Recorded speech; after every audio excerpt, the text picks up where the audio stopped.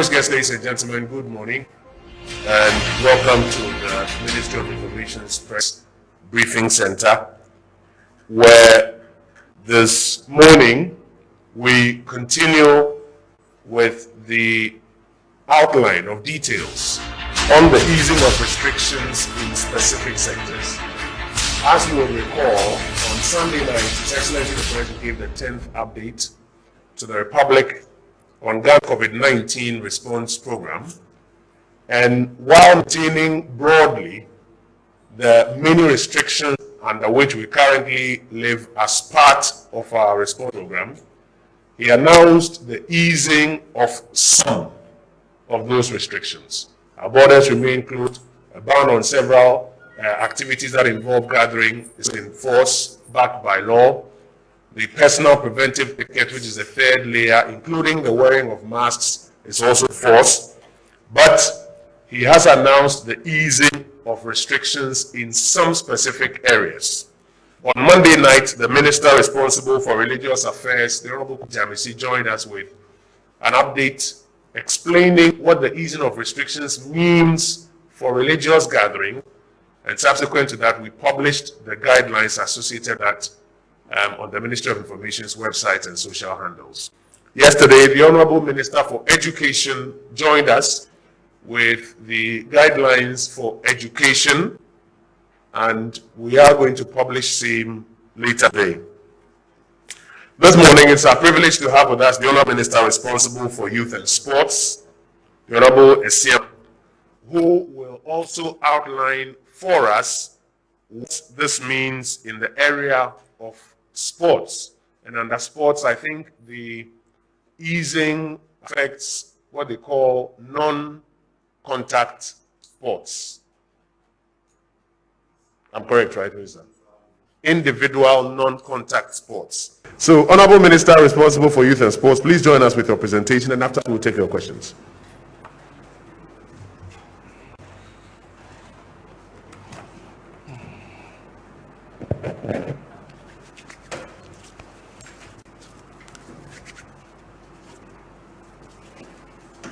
Good morning, ladies and gentlemen. Honorable Minister of Information, you just stepped out. Anytime you mention the Minister for Youth and Sports and you leave out MP Fachmanwa, I will never forgive you. The good people of Fachmanwa took me to Parliament when I was only 29 years. So it has been an honor than me. The media, distinguished guests, ladies and gentlemen, before I start my presentation, humbly, respectfully, may I ask all of you to be upstanding, to observe a minute silence in honor of one of our own, Mr. Goodwill Ajima, President, Powerlifting Federation, who passed on just this Monday.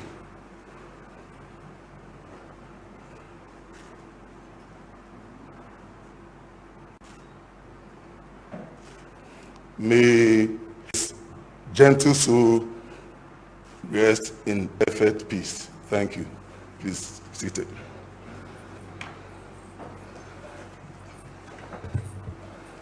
Ladies and gentlemen, the COVID-19 pandemic has affected, as you all know, all sporting activities around the world.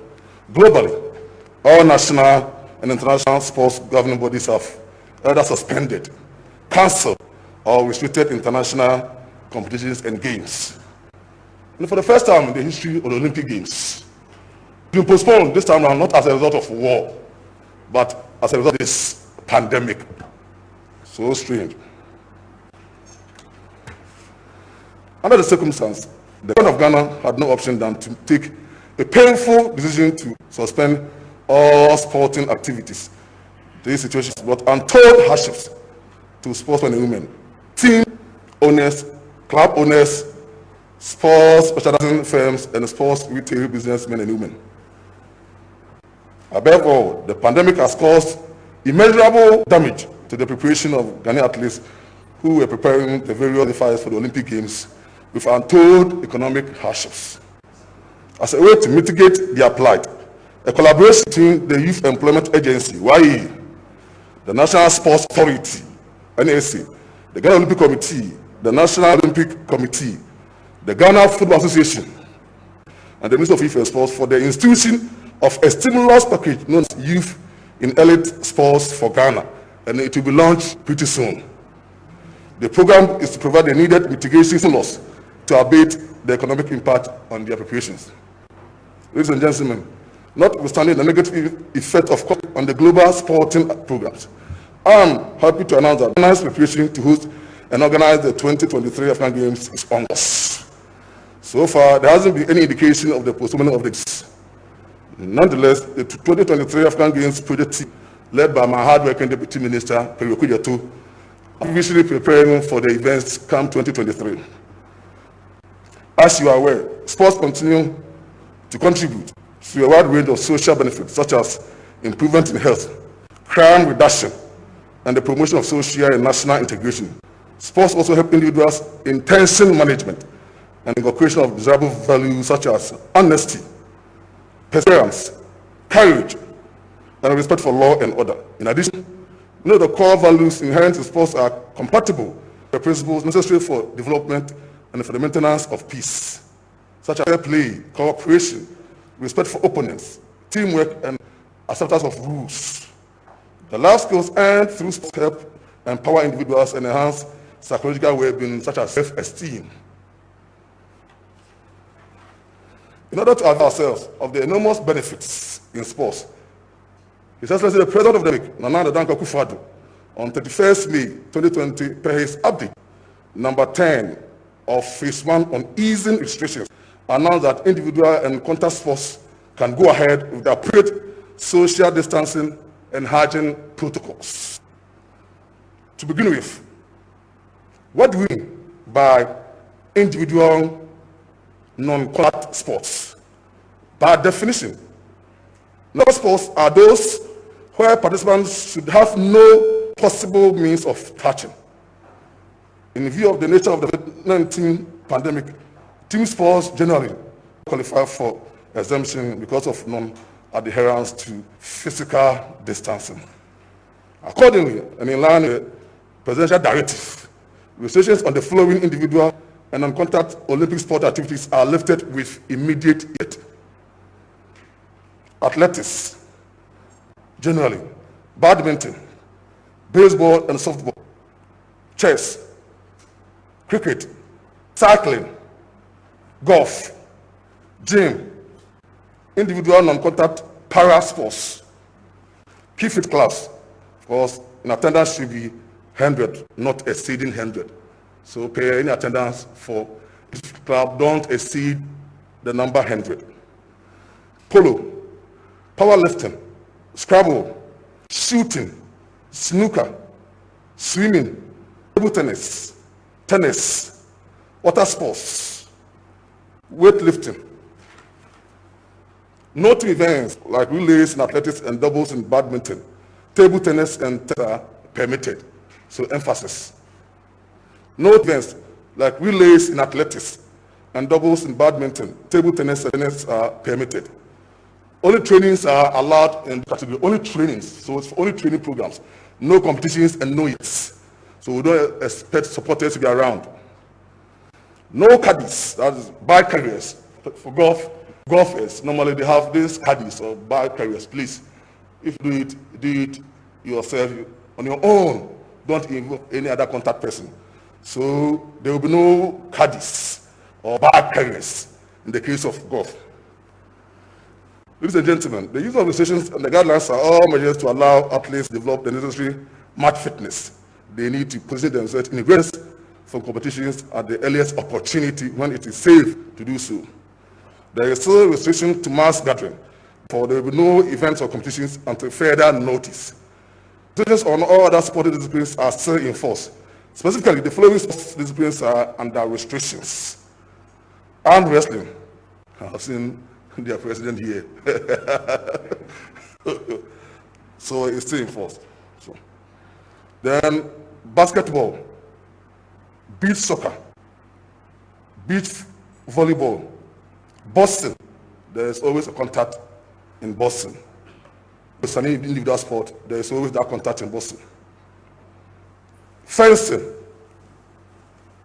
football, their president is here. Their president is here. Football is affected. Judo, karate, kickboxing, netball, rugby, squash, taekwondo, volleyball, wrestling, traditional wrestling. Ladies and gentlemen, measures taken so far, together with the National Sports Authority, has been, and of course the Ministry of Local Government, has been a nationwide fumigation in all the stadia and the sporting facilities across the country. Offices, spectator sitting area, VIP lounge, among other areas have been fumigated. Additionally, the general COVID protocol will be applied to our 10 youth leadership training skill centers across the country. So all the protocols we observe there, and Minister of Education, what he said yesterday, all those protocols also apply to these skills training centers because we consider them as educational centers. We have final year students who have to come and write their exams. So all these centers have to observe the necessary protocols. Sorry.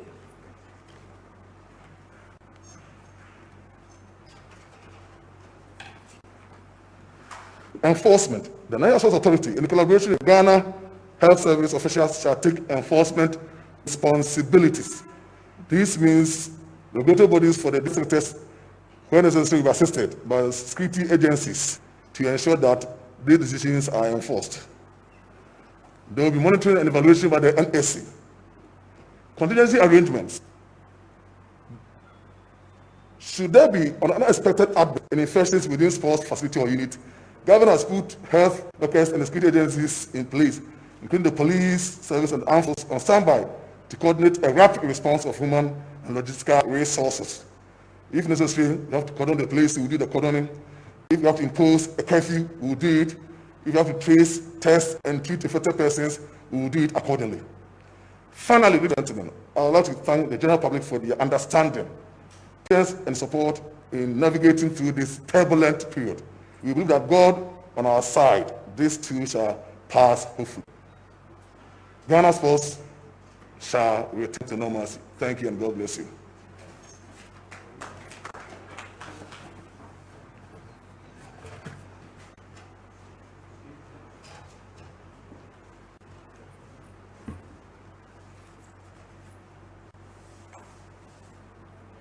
Protects you and helps prevent spread among people. If you're using one with a fabric, this is for you.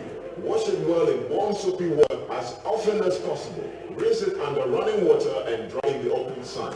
Iron your clean mask before you wear and seal in a clean plastic bag if not in use. Change your mask as soon as you notice any little damage or even a change in the shape of the mask. Remember not to use the same mask for more than 12 hours. Surgical and N95 masks are not to be used for more than 8 hours. Dispose of in a closed bin or burn it in a safe place immediately after use and wash your hands with soap and running water afterwards. For your own safety, carry extra clean masks for possible changes during the day. COVID-19 is no respecter of persons. Let's come together and fight it. This message is brought to you by